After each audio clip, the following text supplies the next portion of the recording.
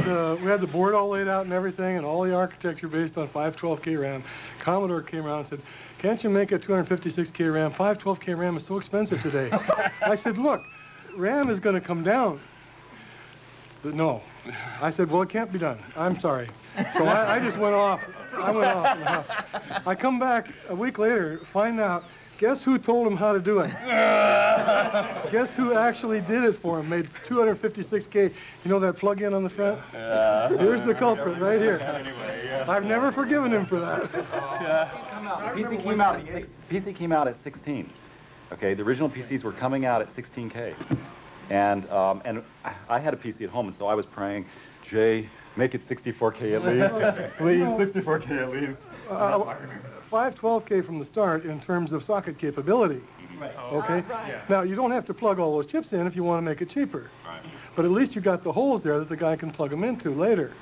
And the architecture with that as a basis for the software.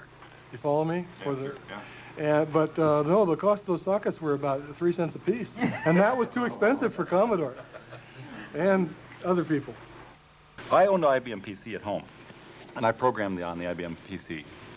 And when I crashed my IBM PC, the screen went dark, and it would reboot sometimes, or you'd have to turn it off, actually, and turn it back on. And about that same time, Macintosh, okay, was coming out, and they had this little bomb. You know, I'd heard about their little bomb that came up on the screen. I thought, you know, that's kind of interesting, coming up with some sort of indication that your software failed, that your machine failed. And I sat down and I thought about it, and I thought, you're going to have a sense of humor. You know, if your machine fails like this, it's like, and you've lost 2 hours worth of editing, you're going to want to laugh about this somehow. So we put it in there. The machine crashed then for Martin Shabilsky, I think, in his office. The machine crashed, and he saw this thing come up. It said Guru Meditation. And he said, "What is this? You know, take this out right now." and so I took it out, and it said software failure. And all of a sudden, so a new version of the system went out that said software failure, and everyone was like depressed. Well, it was like, put the Guru Meditations back in. And so we did it without permission. We just put it back in. That's right. All the developers, what did you do? It's a software failure. What is that? So yeah, we just put it back. We didn't ask. We just did it. I can remember one of the first the large users group meetings I went to, where people would go up there and they'd show their programs, their software that they wrote in front of the group. And of course, whenever it would crash, the Guru Meditation would come up, and everyone would be chanting Guru, Guru, Guru. Now they wouldn't be chanting software failure. We made a lot of design decisions that were wrong. If you say we're selling a personal computer. Oh yeah. I mean, we decided that we wanted the graphics to run fast. So it never checked. It would go out and it'd say, "Give me some memory," and it would never check to see if it got it. It just assumed it got it. And so if we didn't have 512 memory, we'd it'd crash and you get a Guru Meditation error. And you know, on retrospect, those were mistakes. If we were building a personal computer, we'd be sure to not do that now. Like the original color scheme of the Amiga, there are a lot of people that don't like the white with the blue background. We sat there with TVs to try and figure out what colors on NTSC wouldn't just bleed horribly as you made the transition from the foreground color to the background color.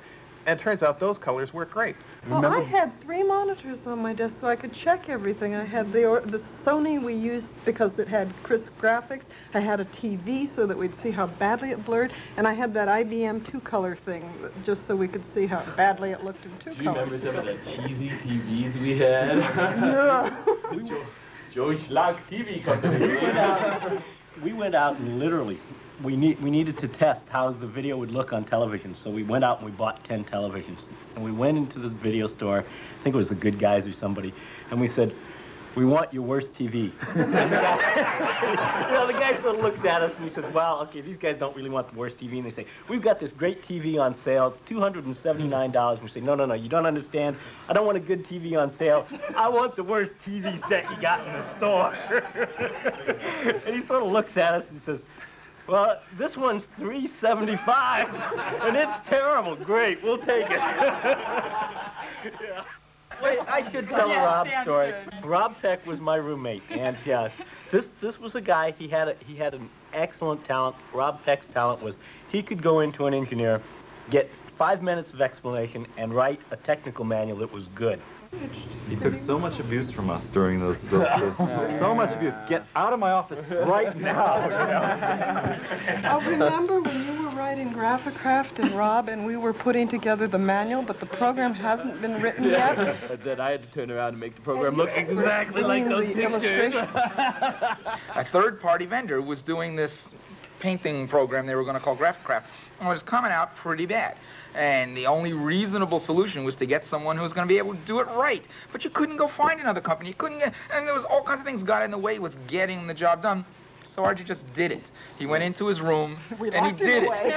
Well, it was after 3 weeks of writing Intuition. He Yeah. closed the door opened once. I remember. The door opened once. The door closed. And all those it opened chicken once, bones and he came out. Yeah. And it came out, and he came into my office, and he said, how do message ports work? So he went into a conference room, I explained message ports, he went back to his room, he closed the door, and like a week and a half later, he opened the door, and Intuition was done. And then there was Graphicraft, and it was like, the next week it was Graphicraft, closed the door, and then 3 weeks later, he opened the door, and Graphicraft was running, and you could use it.